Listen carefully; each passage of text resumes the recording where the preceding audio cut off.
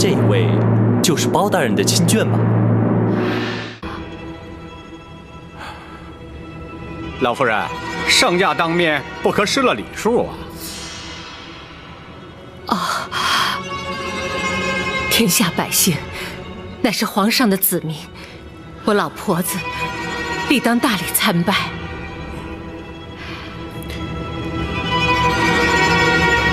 老夫人身体欠安，目不能视，还请皇上。展护卫，该跪就跪，该拜就拜，我又怎么能够例外呢？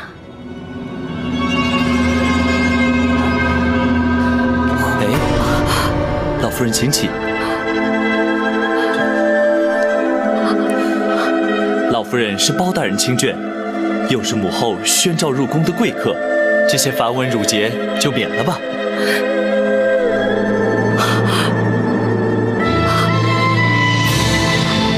老夫人因何落泪？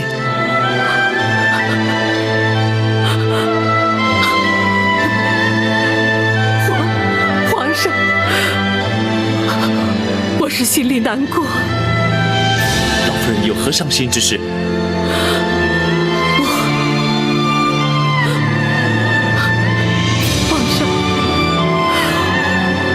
我听说皇上不是太后娘娘亲生的，可是却对太后娘娘小心丝毫不减。可怜我老太婆，明明有一个亲生儿子，她却不肯认我，丢下我一个人孤苦伶仃的夏老太婆。皇上，我怎么能不伤心不难过？竟有此事？难道包大人对此事就不闻不问吗？回皇上，包大人正在着手追查，一旦查明，自会还老夫人一个公道。如此不孝之人，休说朕不放过他，便是天地之间也难容他。展护卫，转告包大人，务必尽快查办此事，以安老夫人之心。展昭遵旨。皇上，老夫人进宫已久，为免包大人挂心，臣敢代老夫人请辞出宫回府。哀家许久没见外人了，老夫人难得进宫，就留宿一晚。明日一早，哀家再派人送老夫人回府。哀家坚持，展护卫可以先回去禀明包大人。回娘娘，展昭奉包大人之命随侍老夫人，不得擅离。既然太后留下老夫人，展昭也留下陪同老夫人，请太后恩准。展护卫留下照顾老夫人也好，以免包拯担心。谢皇上。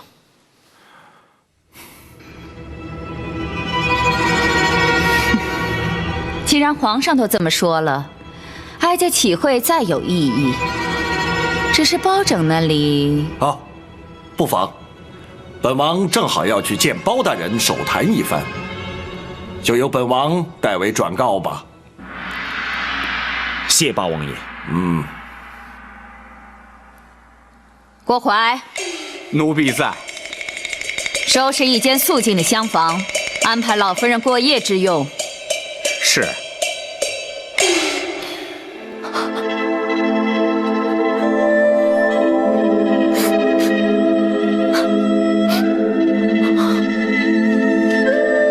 什么？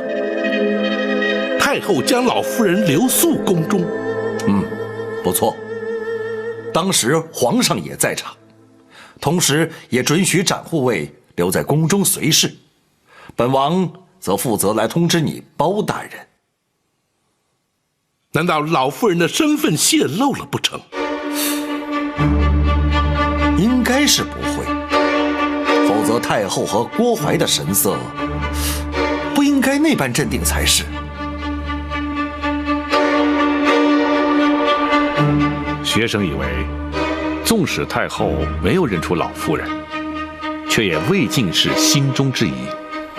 因此硬将老夫人留宿宫中，也是为了更加确认。对，有此可能。倘若如此，老夫人在宫中岂非身陷险地？此事皇上也已知晓。倘若他们企图对老夫人不利，恐怕皇上那儿也难以交代。按理说，他们不会，也不敢不计后果贸然行事。然而，若是他们毅然确定老夫人的身份，而打算孤注一掷，那就另当别论了。大人不必担心，还有展护卫在。啊，对，展护卫绝不会让他们轻易得手的。如今，就只有全寄望展护卫了。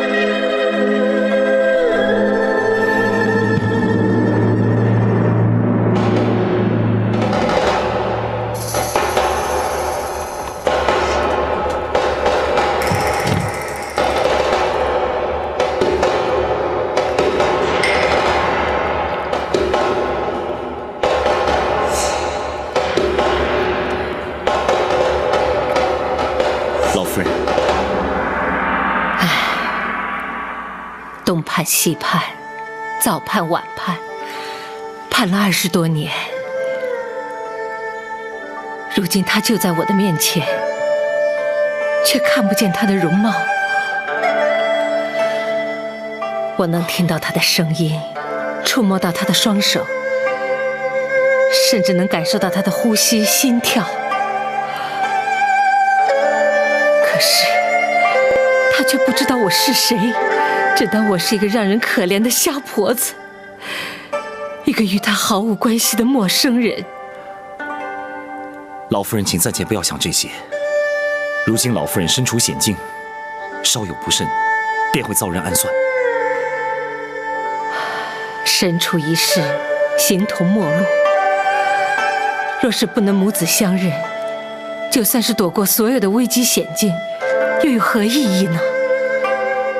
老夫人切莫气馁，包大人定会为老夫人洗雪沉冤，到时候老夫人必定会母子团圆。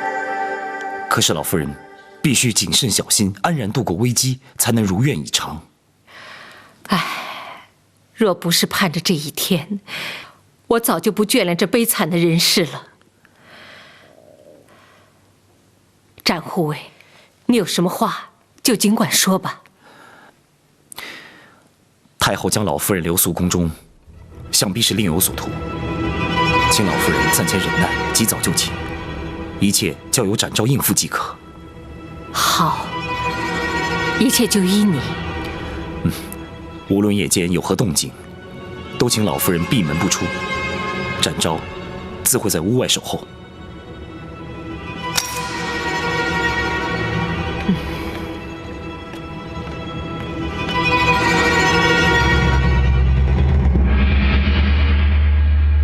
我不会看错，一定是他。娘娘，当年先皇赐死李贵妃，是奴婢亲自去验看的尸体，千真万确，她死了20年呐。那么就是他又活了过来。娘娘啊，这人死他焉能复生啊？那么今天在我面前的又是谁呢？或许他们长得很相像，可是，就算真的是他，这事隔20年了，相貌已大有不同，娘娘又怎么能确认呢？不对，他能瞒得过天下人，但是瞒不过我。当年我与他朝夕相处，无论他今日如何伪装掩饰，那种神态举止是变不了的。郭淮，奴婢在。你把他请到寝宫来，我就不信逼不出他的真实身份。娘娘，哀家的话你敢不听？奴婢不敢，奴婢遵旨。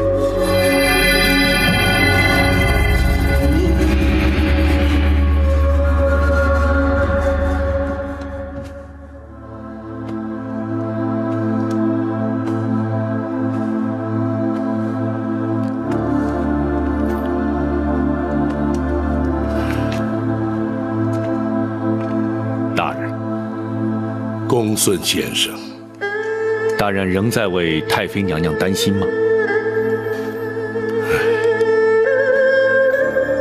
展护卫虽在娘娘身边，然而后宫全在太后与郭槐的掌控之中。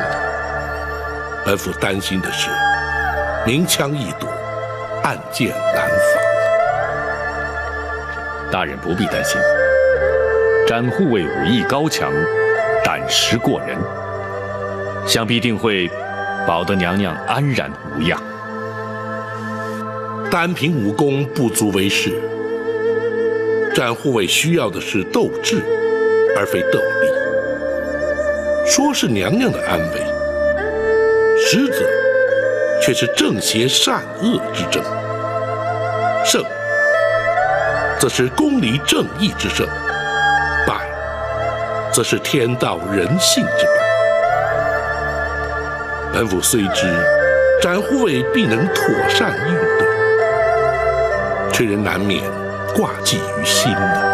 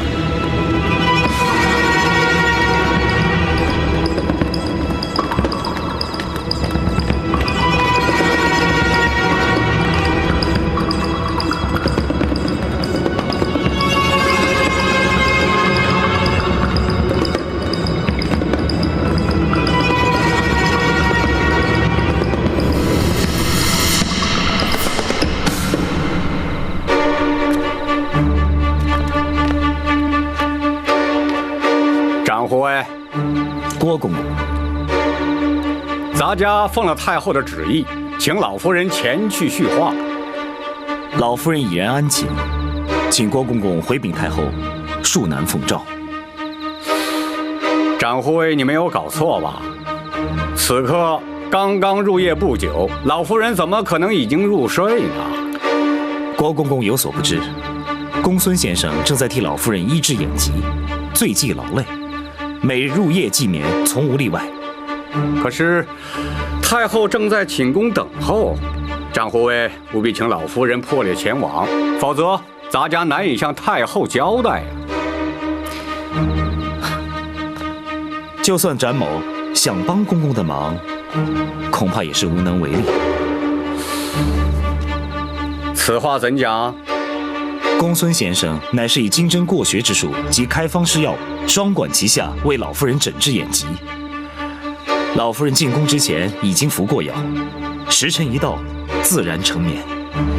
如今若想唤醒老夫人，只怕是绝无可能。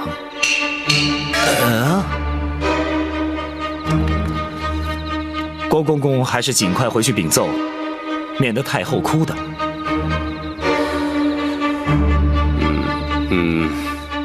展护卫能否让咱家进去看看呢？郭公公到底要看什么？郭公公虽是近身太监，并无男女之别，可是老夫人已经入睡，又何必前去打扰？除非你不相信展某。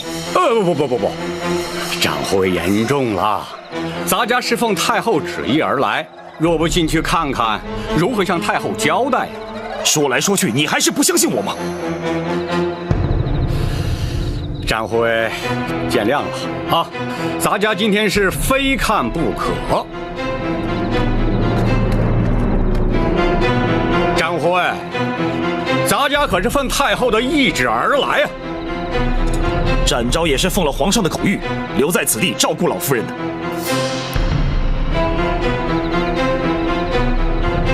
公公若想是闯过去，别忘了展某来自江湖，就他们几个，展某还不放在眼里。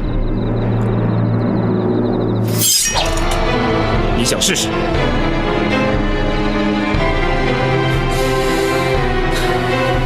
公公，还是回去复命吧。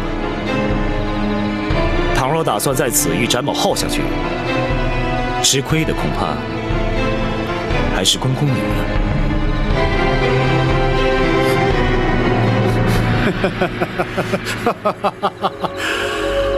张护卫，千万不要误会，咱家只是为了向太后有个交代。既然长护卫已经把话说明白了，咱家回禀太后就是。那好，公公请吧。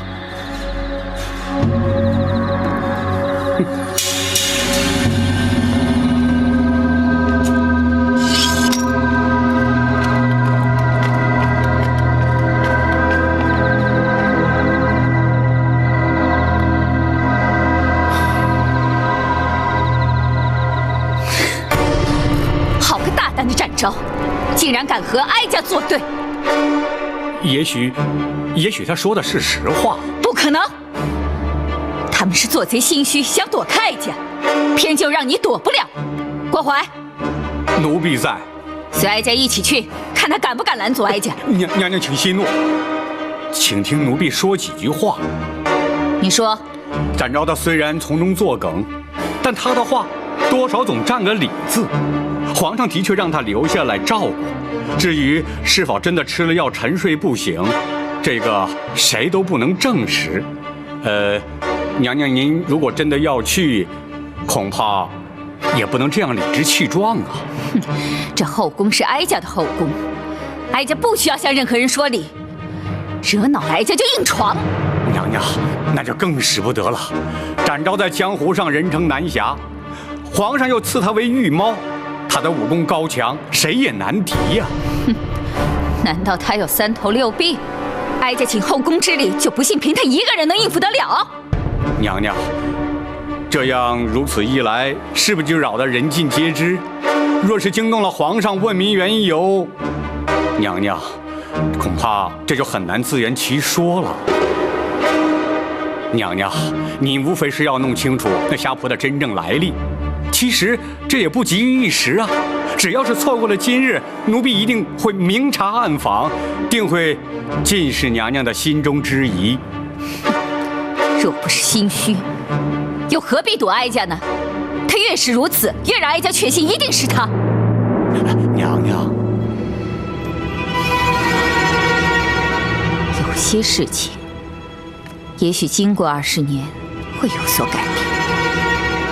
可是有些事却永远不会变。哀家有办法证明究竟是不是他。娘娘指的是胎记，这与生俱来的记号，永远也变不了。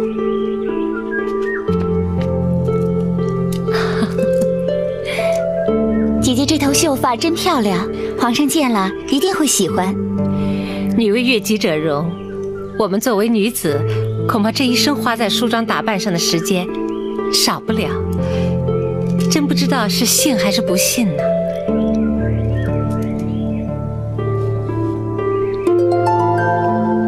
哎，姐姐，你颈后的这个心形图案好美哦，是谁替你画的？傻妹妹，这不是画的，这是胎记。真巧，胎记能生成这么美的模样，可惜我自己都看不见。没关系的，姐姐看不着，就留给皇上看呗。妹妹，你看你又在取笑我了。那胎记生在后颈发根处，无论多少岁月，也不会让它消失。只是平日会被头发遮盖，难以察觉。娘娘是想从胎记上来证明她的身份？展昭占个理字，哀家也占个理字。就算是个瞎婆，也得梳妆打扮才不失礼。展昭是男子，而他有双目失明，派人替他梳妆，谁也无话可说。是，奴婢一定派个手巧的宫娥去，一旦看清楚了，立即回禀娘娘。到那时你再来和哀家争辩，究竟是不是他？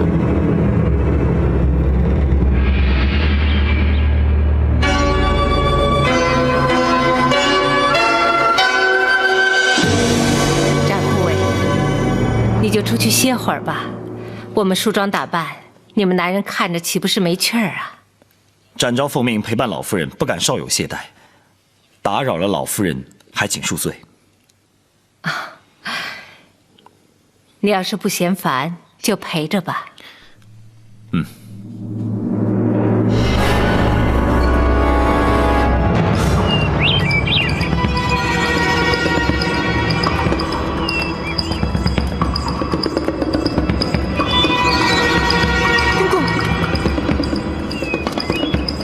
怎么样？有。什么？你确定啊？确定。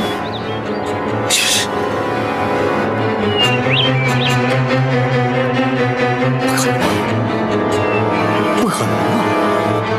他明明早就死了。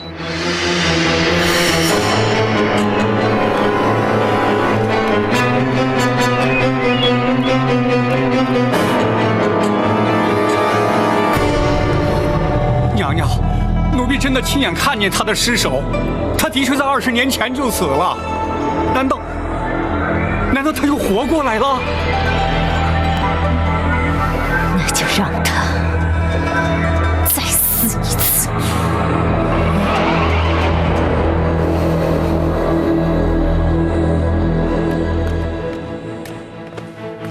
老夫人，我们可以走了。走？去哪里？出宫回府。现在走合适吗？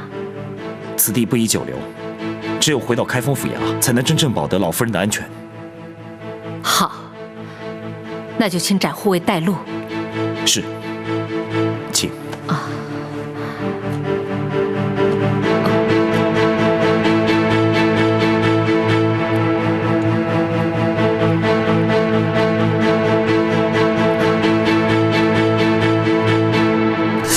郭淮，奴婢在。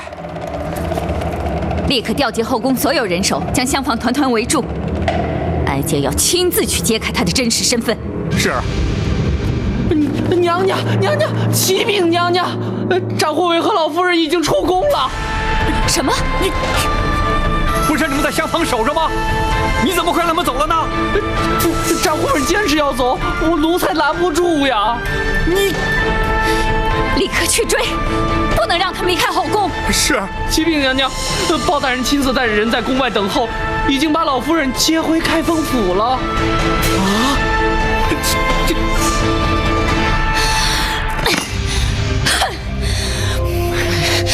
这个包拯！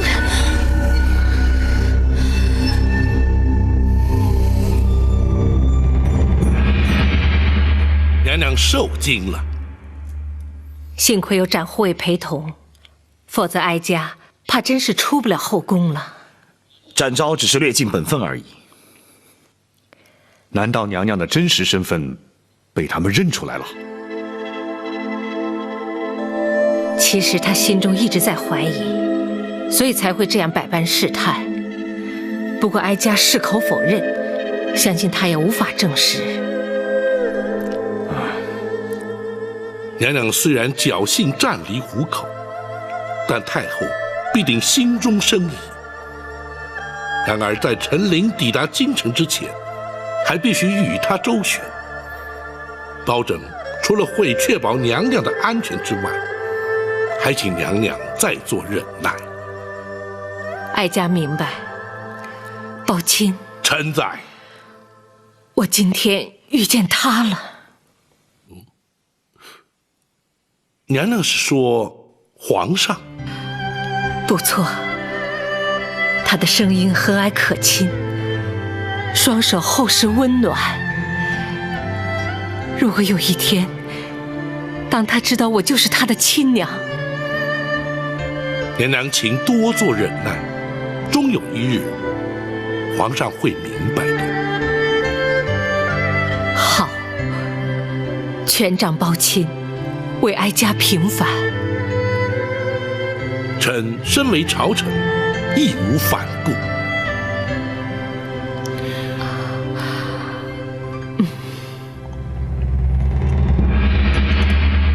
原来这都是包拯在其中作梗。如果他不知道虾婆就是当年的李贵妃，又怎么会把她带回开封？可是他又何必要带着李贵妃去南清宫见八王爷呢？这个包拯他究竟打的是什么主意？哼，不管包拯打算如何，哀家倒先要问你，20年前你奉旨验尸究竟是怎么验的？哎呀，娘娘，奴婢冤枉啊！当年奴婢的确是亲眼看见过尸体呀。原本预定在次日清晨运出宫去，交给开封府验尸安葬，可谁知道当天晚上冷宫就起了大火。哎，不对呀，当年那场大火，它烧得也太凑巧了。哼，怎会不巧？尸体化为灰烬，仵作如何验尸？谁又能证实火场里留下的焦尸真是他？可是，那冷宫里的总管秦凤也烧死在里面啊，他总不会连自己的命也不要吧？哼，难说。可是，当年去执行先皇赐死令的是陈琳呢，他应该最清楚上吊身亡的是谁呀？除非，这根本就是陈琳的主意。他为什么要这么做呀？为什么并不重要，重要的是他知道了些什么。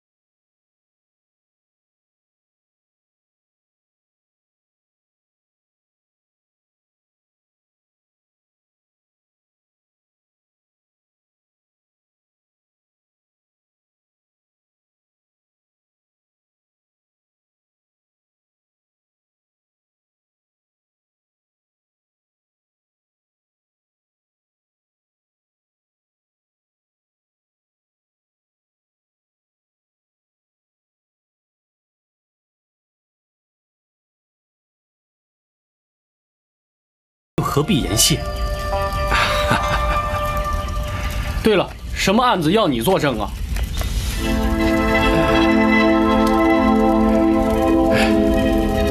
这事关重大，请恕我不便说呀。那有什么？难道我们几个兄弟还会四处瞎说吗？这好了，四弟，包大人的案情我们不需要知道，何必让老人家为难呢？不错，四哥，你我唯一的任务便是让老人家安全无虞地回到京城。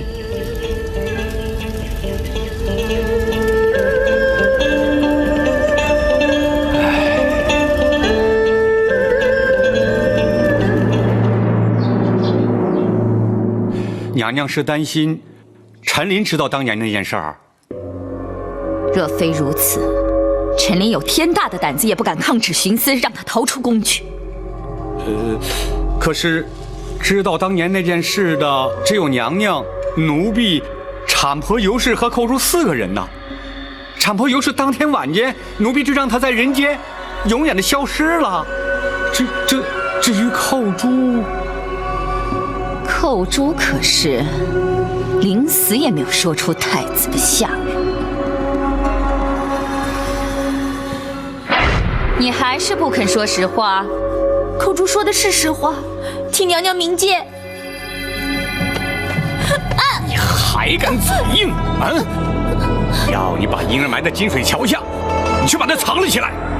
说，究竟把它藏在哪儿了？公公，口珠冤枉啊！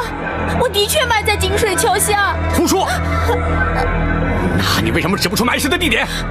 我当时心里害怕，匆匆忙忙的埋好就回宫来了，实在记不得埋藏的实际地点呢。你还敢胡说！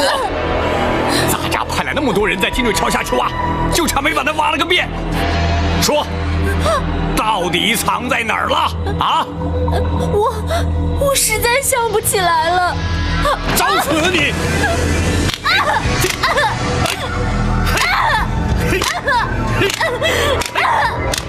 娘娘！娘娘，公主冤枉啊！好了，别打了，让本宫再问问。是啊。口珠，娘娘，你是我金华宫的宠玉，一直跟在本宫身边。这些年来，本宫待你如何呀？回娘娘，口珠自小进宫，直到入了金华宫，跟着娘娘，才不受其他宫人欺负。娘娘对口珠恩重如山。难得你还知道感恩。这狸猫换太子之事，乃是极端机密。若你不是本宫心腹，本宫也不会让你参与其中的。娘娘信任口珠，是对口珠的恩宠。那么，你就是这样来报答本宫的吗？娘娘，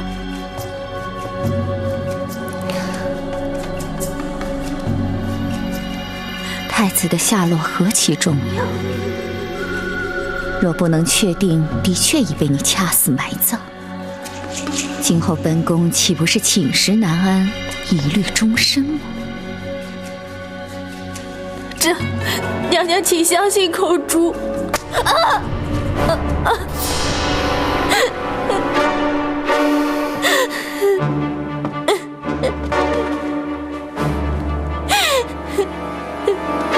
你要本宫如何相信？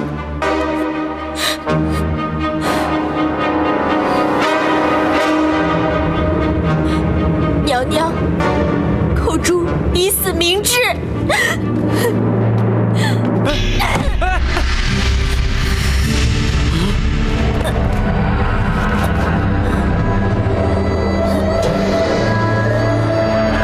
请娘娘安心。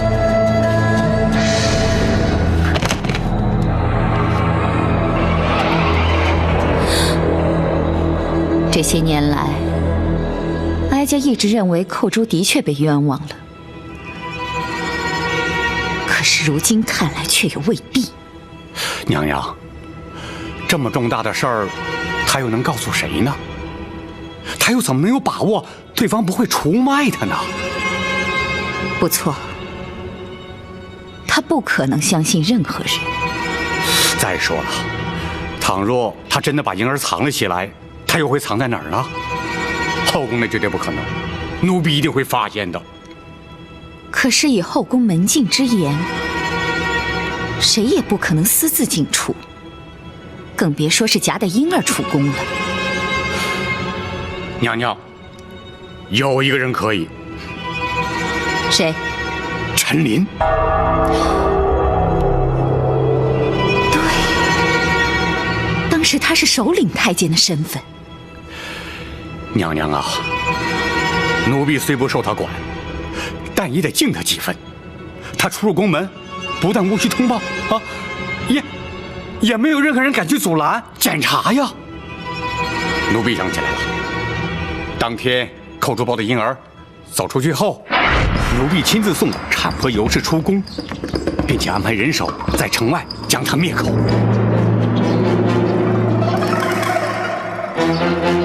你出宫后，自会有人来找你。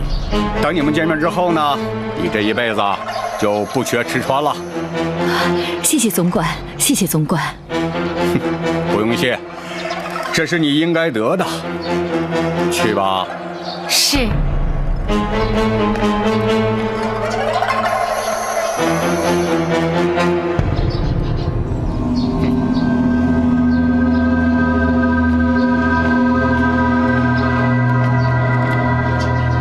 哎，陈公公，你这是急着忙什么呢？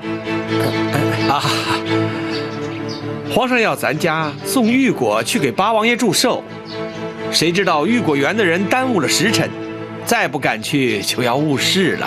啊，既然如此，那陈公公就赶紧请吧。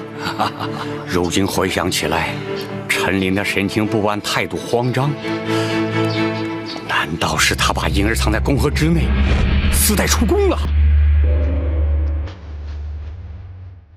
不会错，定是如此。那么，当年李贵妃逃出宫去，想必也是他安排的。原来一直是他，可是他为何不向先皇举报呢？他不敢。当年先皇见李贵妃生个怪物，震怒之下，谁敢多言？后来，先皇又沉醉于道家之学，不理政事，娘娘又总揽宫中大权，陈琳为求自保，他能敢说吗？那么，为何事隔20年，他又出现在京城？莫非他真是来报仇的？娘娘，李贵妃当年都不敢出面喊冤，如今娘娘又贵为太后，她凭什么报仇啊？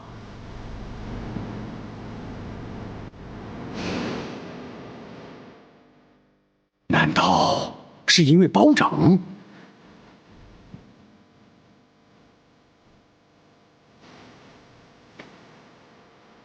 包拯虽说是铁面无私，可是宫闱之事还轮不到他插手。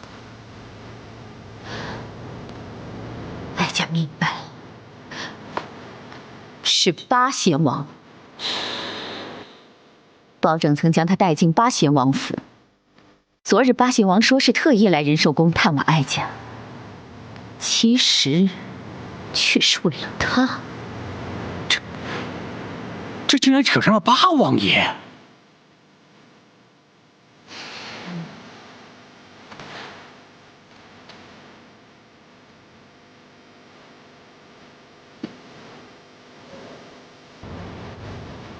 看来如今所面临的，乃是前所未有的危机。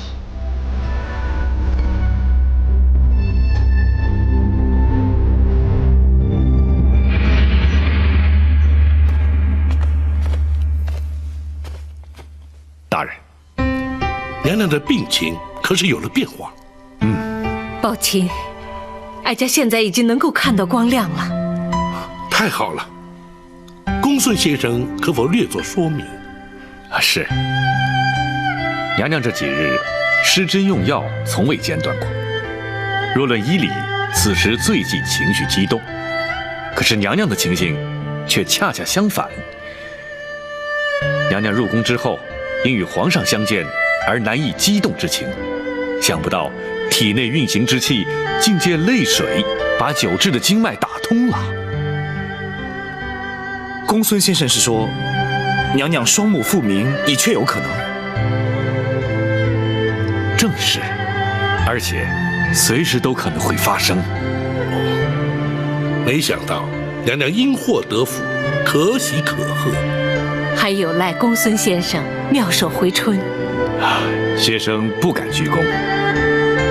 这也是老天垂怜，让哀家能够亲眼目睹20年沉冤昭雪。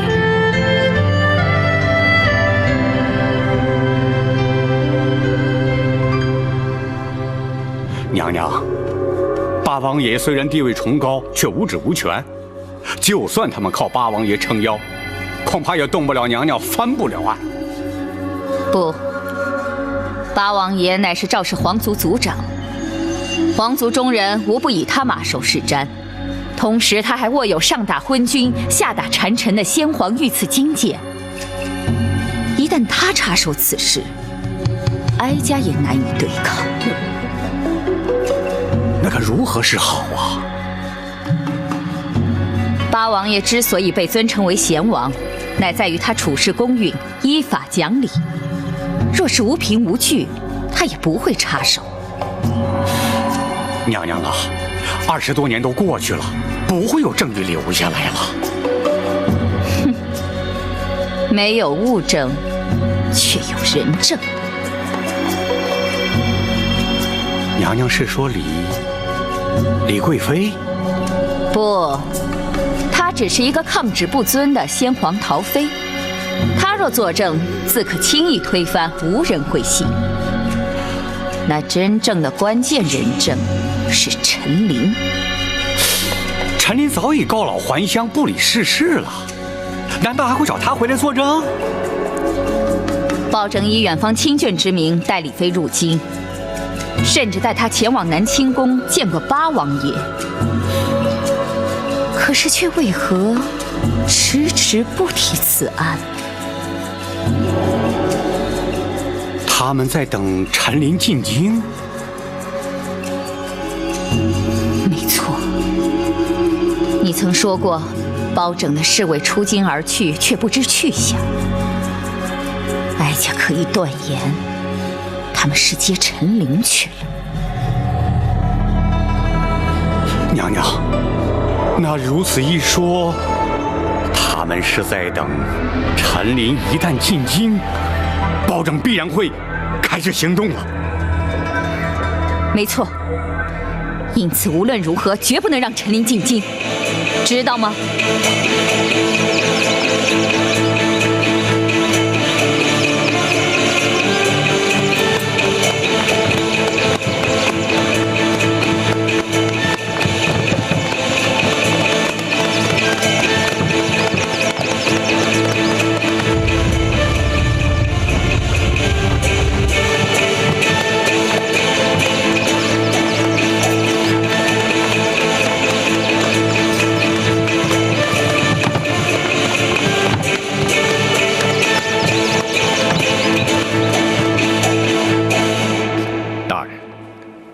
老夫人的康复情形很好，现在已安然入睡。太后的疑虑未消，危机随时会现，虽在府中，仍需严加防范呢。是，王朝马汉带人在厢房外守护，展护卫则藏身暗处，紧急之时可立即支援。好，此时不能出半点差错，否则非但不能替老夫人平反，甚至可能因此而惹祸上身。是，学生会多加留意。陈琳何时可到？依行程估算，明日便可抵达。倘若太后对老夫人疑心不减，甚至可能连陈琳回京都会被他们察觉。万一……大人无需担心，陷空岛无属，可抵数百精兵，保陈总管回京，必定万无一失。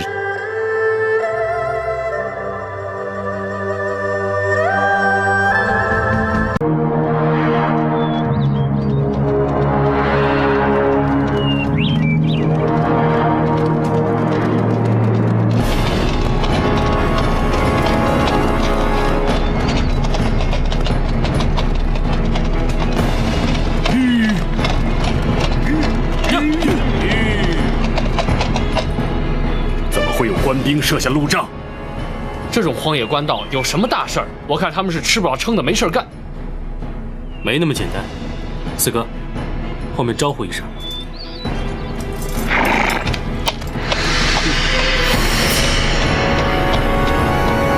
你们过来，接受盘查。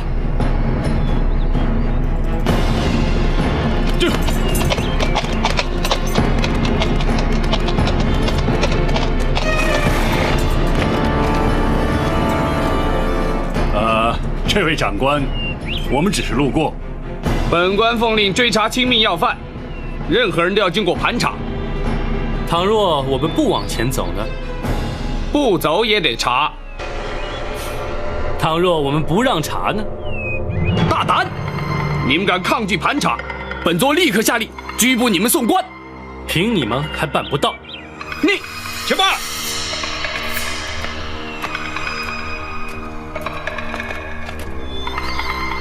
你们是哪里的官差？这你不必知道。此地离开封城不远，应该是开封府的辖地。可是你们并非是开封府的人。你怎么知道本座不是开封府的人？如果你是，你就该认得我。哦，你是什么人？开封府包大人座前侍卫赵虎。哈哈哈哈，好极了，我们等的就是你。上！哎呀！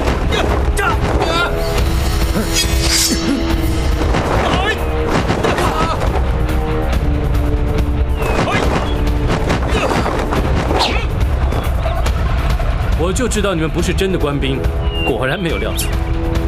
我要的是马车里的人，识相的立刻离开，还可以保一条活命。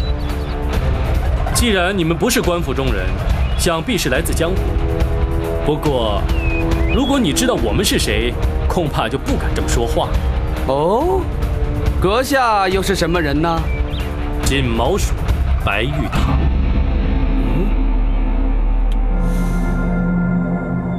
你不用看了，县空岛五署全在此，你还想拦我们吗？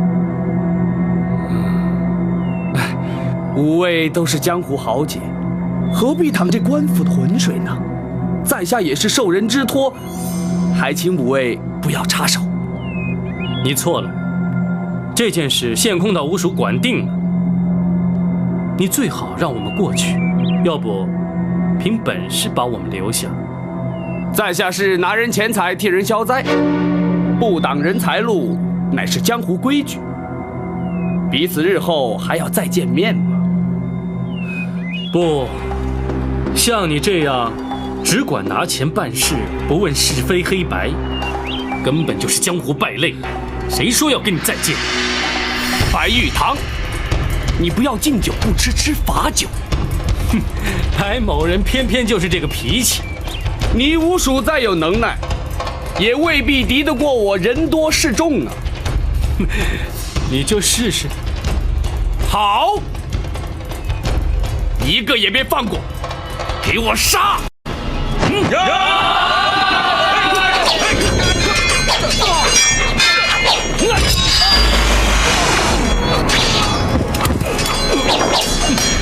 闯！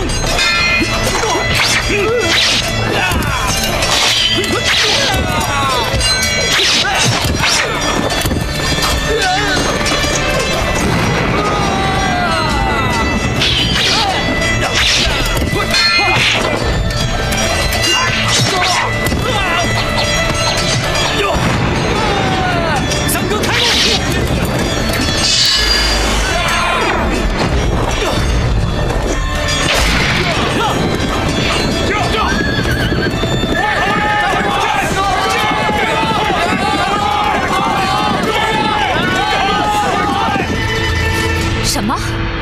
没拦住陈琳？奴婢该死！抬起头来！包拯不过派了2个人去接陈琳，你竟然会拦不住他？奴婢没想到包拯会派江湖人陪同保护，他们的人武功高强，奴婢的人根本不是他们的对手。江湖人？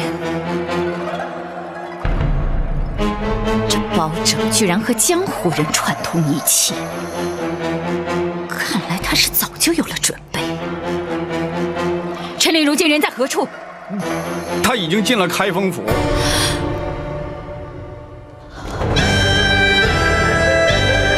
包大人，陈公公辛苦了。不，包大人信中所说之事，关乎至深至大，咱家哪怕跋山涉水，也要立即赶得来呀。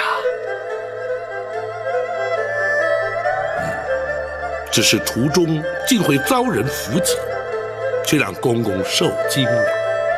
没事，有献空岛5位英雄保护，咱家安全得很。包大人，那位真的在开封，而且正在府衙之中。包大人，能否让臣林立刻前去拜见？不急，老夫人正在午休，公公也稍事梳洗歇息，稍待本府自会陪公公一道前去，如何？咱家随时静候包大人通知。张龙赵虎，大人，领陈公公客房休息，并请献空岛武艺厅中说话。是。谢包大人。请。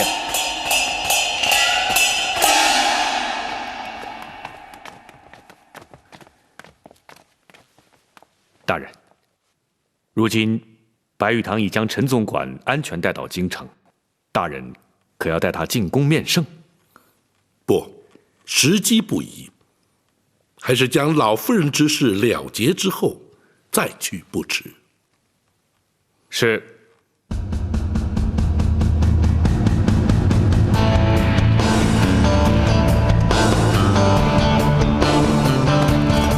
叩见包大人。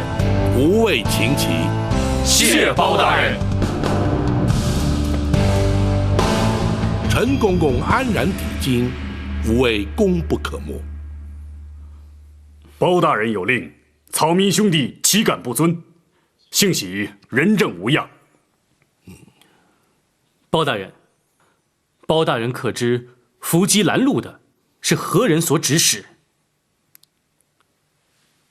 陈公公是本府侦办重大案件的人证，那指使伏击之人自然与本案有关，只是如今尚在查证阶段，本府不便透露。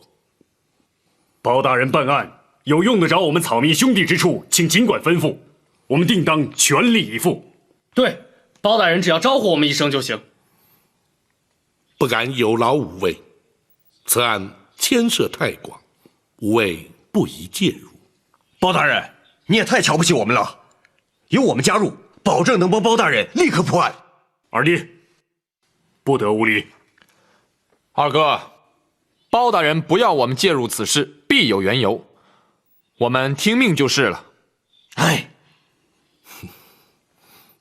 并非本府不愿领情，只是五位介入，虽然对本案有所助力，却也可能因此而引人注意，反而有碍办案，届时岂非适得其反？包大人，可否听白玉堂一言？请讲。陈公公返京途中，对方伏击不成，势必会再度尝试。陈公公虽已在开封，却仍处险境。倘若仅留白玉堂一人暗中保护，既不会妨碍包大人办案，又可确保人证安全。如此一来，岂非两全其美？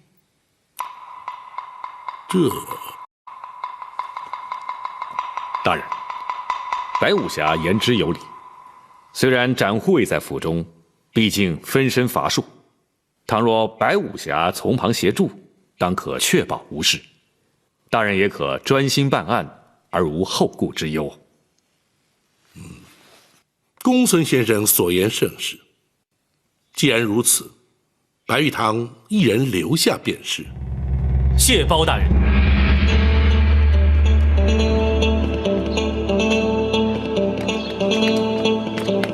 老五，你也太不够意思了！结果你一个人留下来，我们几个还得回献空岛，什么热闹也看不了。就是啊，我们也不走。你们这是干什么？五弟留下来是对包大人办案有帮助，你们跟着凑什么热闹？五弟留下来不但对包大人有帮助，对自己也好。徐三侠毕竟看得透彻，包大人要白武侠将功赎罪，保陈公公进京，若是再能确保他的安全，日后大人在皇上面前就更好说话了。公孙先生，白玉堂此举并非只为了将功赎罪。哦，南侠都能因包大人为官清正而仗义投身官府，白玉堂为何不能略尽心力？休说只是为了保护陈公公，便是赴汤蹈火，亦在所不辞。白武侠豪情义举，公孙策由衷佩服啊！五弟，大哥可是觉得小弟与之前大有不同？不错。以前你一直心高气傲，更不屑与官府为伍。如今看来，好，做大哥的以有你这样的兄弟为荣。小弟惭愧。好极了，老五，真有你的。二哥也就不再啰嗦了，这就乖乖的回陷空岛去。多谢二哥。哎，五位啊，五位，为防人耳目，还请白武侠与各位一起离开府衙，再悄悄转回来，方能收暗中保护陈公公之效。公孙先生顾虑周到，白玉堂谨遵台命。哈哈，告辞。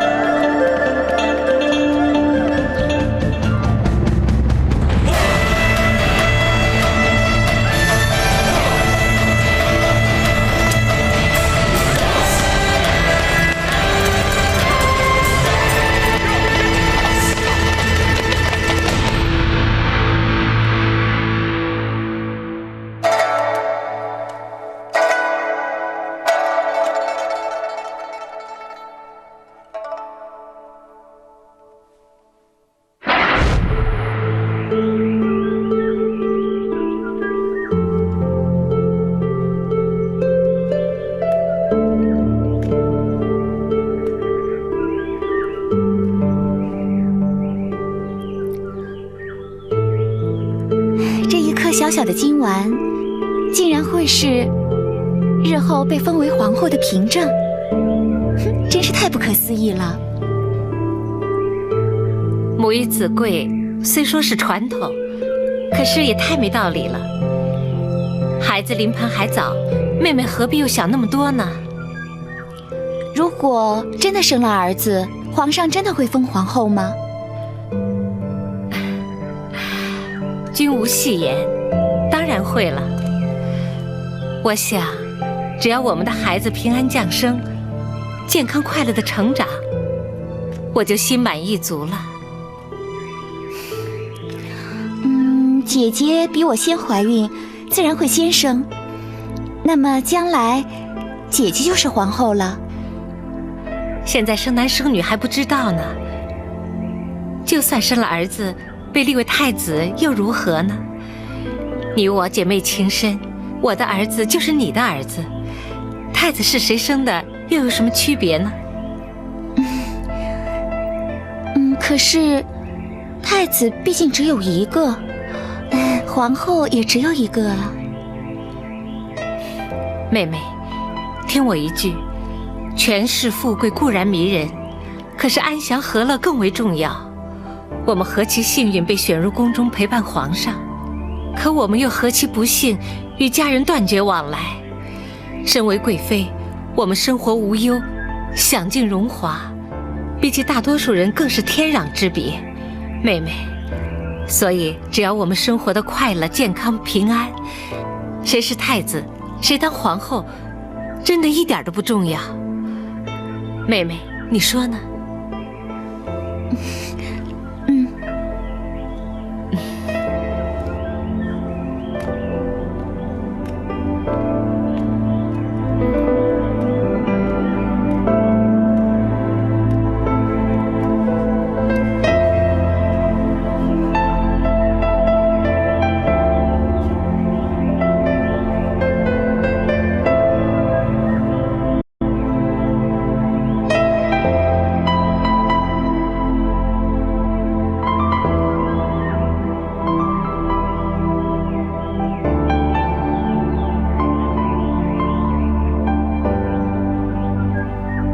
娘娘，娘娘，娘娘，如何？那些江湖人已经离开，开封府一切正常，并无异样。看来他们正在密谋对策，随时可能有所行动。娘娘，奴婢从头到尾的仔细想了一遍，这实在不明白他们又能对娘娘如何呀？怎么说？当年是先皇下旨赐死李妃，这火烧冷宫是总管秦凤自己干的。这狸猫换太子，只有寇珠参与其中，而寇珠却又早已命丧九泉，他们怎么追也追不到娘娘身上啊！郭淮，你跟着哀家30几年，竟然会如此懵懂。请娘娘明示。全案最为关键的一点，是当年那被换去的小太子下落何方？这，如今即可断定，当年寇珠非但没有将太子掐死埋葬，反而交给了陈琳，随后他便去了八王爷府，而八王爷如今更参与此事。娘娘，那么太子当年是交给了八王爷，可是这20多年都过去了，可太子他从来没有露过面呢。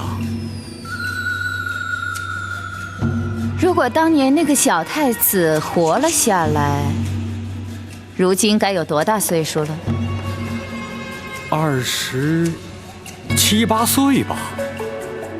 不错，正与皇上同庚。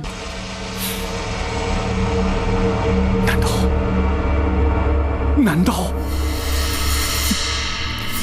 不无可能？娘娘，这要是果真如此，那岂不是大事不妙吗？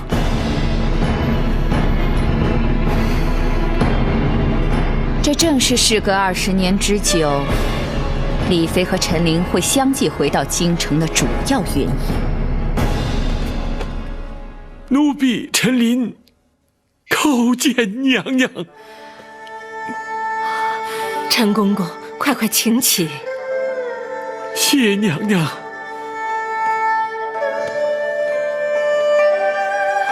奴婢安排失当，让娘娘流落民间20年，奴婢罪该万死，请娘娘恕罪。公公不要自责，当年若不是公公冒死相救，哀家又岂能活到今天？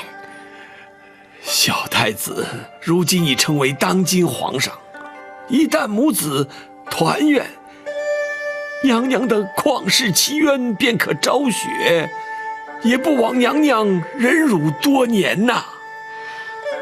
若没有公公的常年护佑，皇上也不能够如此顺利茁壮成长了。赵氏一族亏欠公公的太多了。奴婢不敢居功。陈公公忠心耿耿，皇上也感怀在心，否则也不会以亚父尊称吧。哎呀，陈琳一个奴才，有何德何能，敢当此尊称啊？陈公公的忠肝义胆，后世自有公平。眼前本府有若干的不明之处，还请公公示意。包大人尽管提出，陈琳知无不言，言无不尽。好，本府要问的是，当年公公奉旨赐死，却按住娘娘逃出宫去，如此重大之事，为何不向八王爷禀报？八王爷既知狸猫换太子之事，公公为何还要对他有所隐瞒呢？并非咱家不敢禀报八王爷，只是当时时机紧迫，不及禀报。再者，以八王爷的脾气，必会据理力争，而先皇怒气未消，必不听谏。如此一来，反倒毫无退路了。所以，咱家本想待事过境迁再禀明八王爷，怎奈娘娘出宫之后，竟断了消息，音信全无。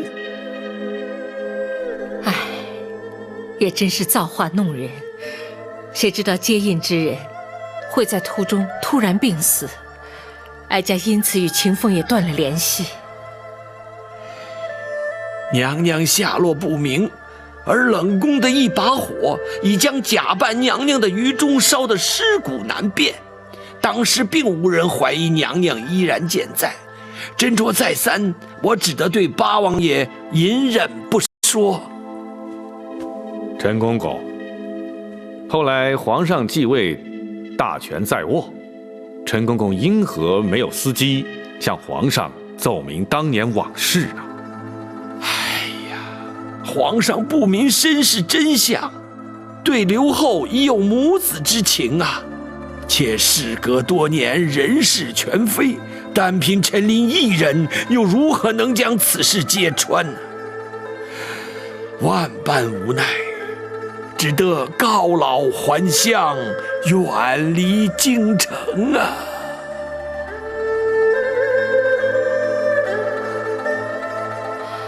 换做任何人，恐怕也无能为力。本府尚有一事，百思不得其解。娘娘逃离后宫当夜，冷宫当即遭到火焚，想必不是巧合。不知陈公公可知其中内情？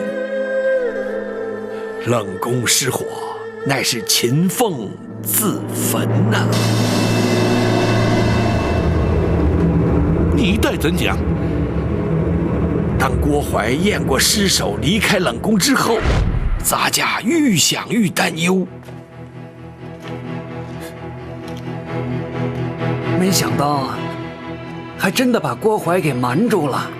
狱中这条小命，总算没有平白牺牲啊。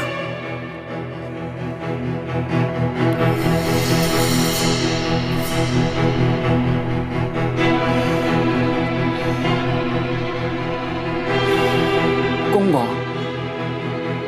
还有什么问题吗？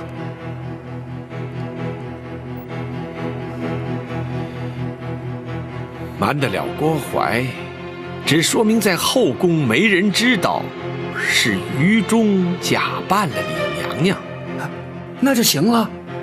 明儿一早，神不知鬼不觉的就把这尸首送出宫去了。然后呢？交开封府收敛埋葬啊。问题就出在这儿了。开封府必然依法验尸而后埋葬。于中和你我一样都是阉人，可是男女毕竟有别呀，能瞒得过府里的仵作吗？一旦仵作发现真相，必向宫中回报，郭槐还是会知道。哎，怎么办呢？嘿，公公，你有办法吗？百密而一疏啊，如今也无法可施。但愿在他们发现真相之前，娘娘已安全脱身。可是，他们却会找上我们。不错，他一定会将我们举发，公然违抗圣旨，私纵娘娘出宫，恐怕死罪难免呐。秦凤，咱家虽死不足惜，只是却拖累了你呀。不，祝娘娘脱困出宫，乃秦凤自愿。如果因此而丢了性命，也可以和于中作伴，至少不会让他专美于前。好，你们两个都让人敬佩，只可惜娘娘虽逃出宫去，被扣上抗旨潜逃的罪名，或许永远也没有平反之日了。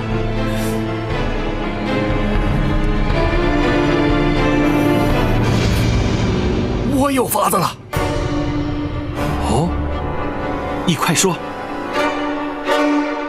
仵作验尸必须有尸可验，如今唯一的办法就是毁尸灭迹。话虽不错，可是郭槐再三交代要你看顾尸体，一旦毁尸灭迹，他仍然会找上你，而且必会怀疑你毁尸灭迹的目的。我有把握，叫郭槐不会怀疑，也无从追查。事关重大，你必须说明用什么法子。今夜3更，冷宫会有一场大火，火场之中只有2具焦尸，一具是李娘娘，另一具是冷宫总管秦凤。你横竖都是死，就让我死得值得些。秦凤，请受我一拜。公公，只请公公答应我一件事。你说。请公公务必保娘娘有朝一日平反沉冤，让秦凤于中死而无憾。秦凤留下了宫外接应娘娘之人的联络方法，当夜冷宫起火，我没敢去火场，怕的是难掩悲伤露出痕迹。秦凤虽死，却掩盖了真相，没有让郭槐起疑。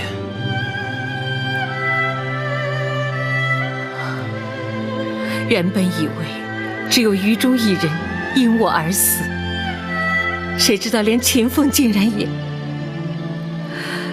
哀家只怕永远也无法报答他们。娘娘，包人以为他2人死得其时，也死得其所。娘娘若是将他们长记在心，想必他们也能瞑目了。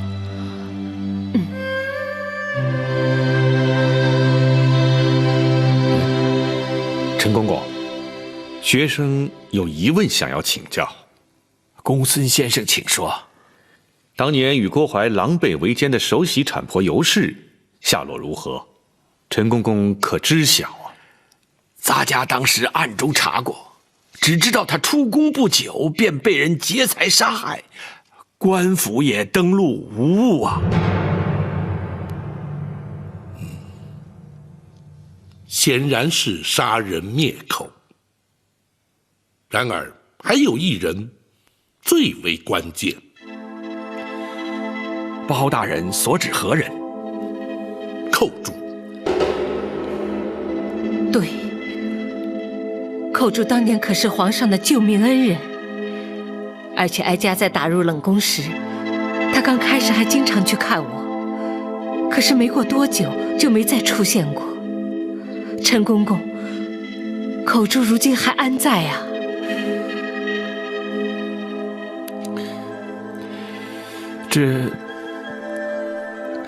陈公公，寇珠可说是此案关键，对大人平反此案帮助甚大。不错，若是能有寇珠的证词，远胜于其他。莫非寇珠竟然也……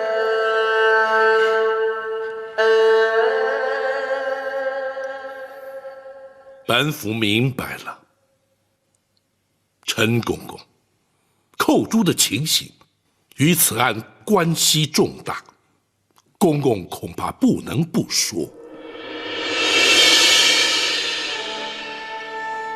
寇珠虽然年轻，却让人敬佩呀。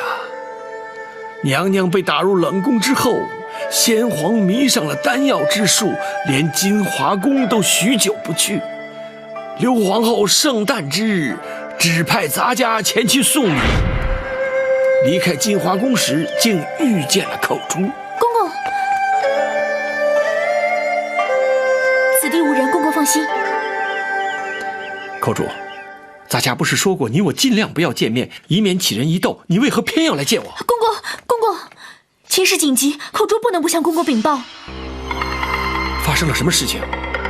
这几天，口珠常偷着去冷宫探望李娘娘，谁知道竟然被郭槐发现了。啊！你这个丫头真是的，这不是找麻烦吗？口珠是因为不忍心见娘娘受委屈，所以……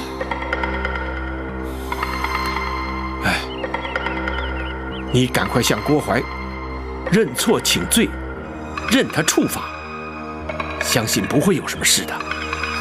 不，他已经起了疑心，甚至追问我当初把太子的尸首埋在什么地方。啊？他想干什么？他打算挖出尸骸，确认无误。哎呀，这可怎么办呢？我推说记不清楚，胡乱指了几个地方。不行，这迟早会被他发现的。口珠明白，来找公公是要公公多加小心，不能把太子的去向透露出来。咱家当然不会说了，只是你，口珠也绝对不会说。他一定会用刑逼迫，万一你熬不住酷刑，岂不是前功尽弃吗？公公，我不会给他机会。怎么说？我会尽量忍，实在忍不住，口珠会矢口否认，以死明志，让他认为的确是冤枉了我。哎呀，你这个丫头啊！哎，公公一定要尽全力保护太子长大成人，口珠也就心满意足了。口珠啊！公公保重。寇珠不过是金华宫一名小小的承御侍女，竟然会有如此惊天动地的气魄。陈公公，那寇珠后来究竟如何？寇珠虽然意志坚定，却令我一直忐忑不安呐。唯恐他熬刑不过，求死不能，而供出太子去向。于是每日前往金华宫打探究竟。见过陈公公。郭总管可在宫中？回公公，郭总管陪娘娘在御花园赏花呢。这是皇上要咱家给娘娘送来的点心，娘娘回宫之后立即呈奉。是。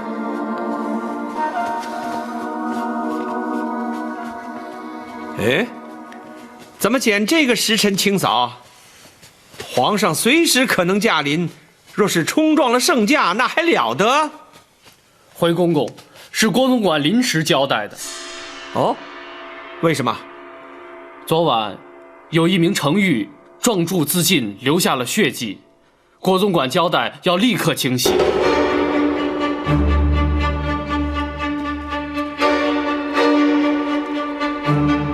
竟然有人在宫中自尽，那岂不是惊吓了娘娘？所以郭总管才陪娘娘去花园散心。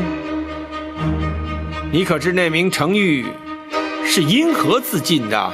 啊，听郭总管说是思乡心切，想逃出宫去，被抓回来之后畏罪自杀。哦，她叫什么名字？寇珠。好一个忠心刚烈的奇女子！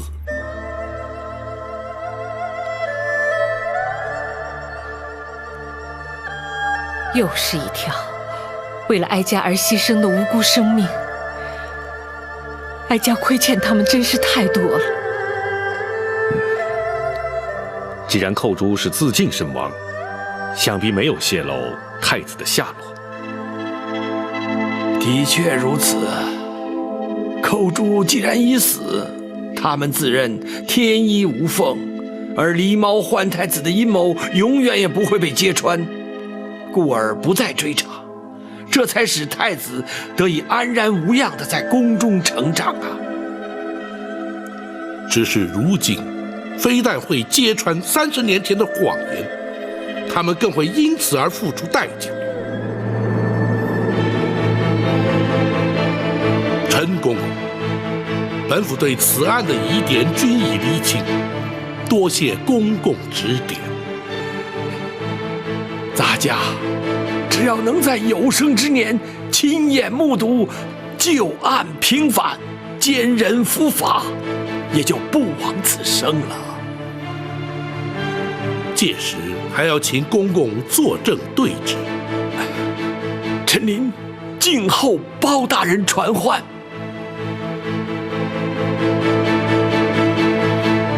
宝琴，臣在。